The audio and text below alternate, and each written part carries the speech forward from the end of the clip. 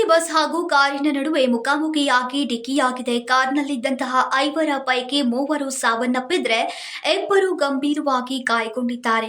ಕಾರ್ನಲ್ಲಿದ್ದಂತಹ ಎಲ್ಲರೂ ಕೂಡ ತುಮಕೂರು ಜಿಲ್ಲೆಯ ಕೊರಟಗೆರೆ ತಾಲೂಕಿನ ಬೇರೆ ಬೇರೆ ಗ್ರಾಮದವರಾಗಿದ್ದಾರೆ. 28 ವರ್ಷದ ಕತ್ತಿನಾಗೇನಹಳ್ಳಿಯ ಶಿವಕುಮಾರ್, ವೈಜಾಪುರದ ಶಿವಶಂಕರ್ ಕೂಡ ಇವರಿಗೂ ಕೂಡ 28 ವಯಸ್ಸಾಗಿದೆ ಹಾಗೂ 60 ವರ್ಷದ ಗೋವಿಂದಪ್ಪ ಮೃತರಾಗಿದ್ದಾರೆ.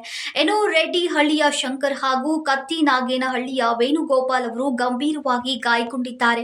ತುಮಕೂರು ತಾಲೂಕಿನ ಬೆಳದರ ಗೇಟ್ ಬಳಿ ಈ ಅಪಘಾತ ಸಂಭವಿಸಿದೆ. ಅವರೆಲ್ಲರೂ ಕೂಡ ಕಾರಿನಲ್ಲಿ ಶ್ರೀ ಕ್ಷೇತ್ರ ಧರ್ಮಸ್ಥಳಕ್ಕೆ ಹೋಗ್ತಾ ಇದ್ರು ಅಂತ ವರದಿಯಾಗಿದೆ. ತುಮಕೂರಿನಿಂದ ಪಾವಗಡಕ್ಕೆ ತೆರಳ್ತಾ ಇದ್ದಂತಹ ಖಾಸಗಿ ಬಸ್ ಹಾಗೂ ಕೊರಟಗೆರೆಯಿಂದ ತುಮಕೂರು ಕಡೆಗೆ ಬರ್ತಾ ಇದ್ದಂತಹ ಕಾರು ಡಿಕ್ಕಿಯಾಗಿ ಅಪಘಾತ ಸಂಭವಿಸಿದೆ.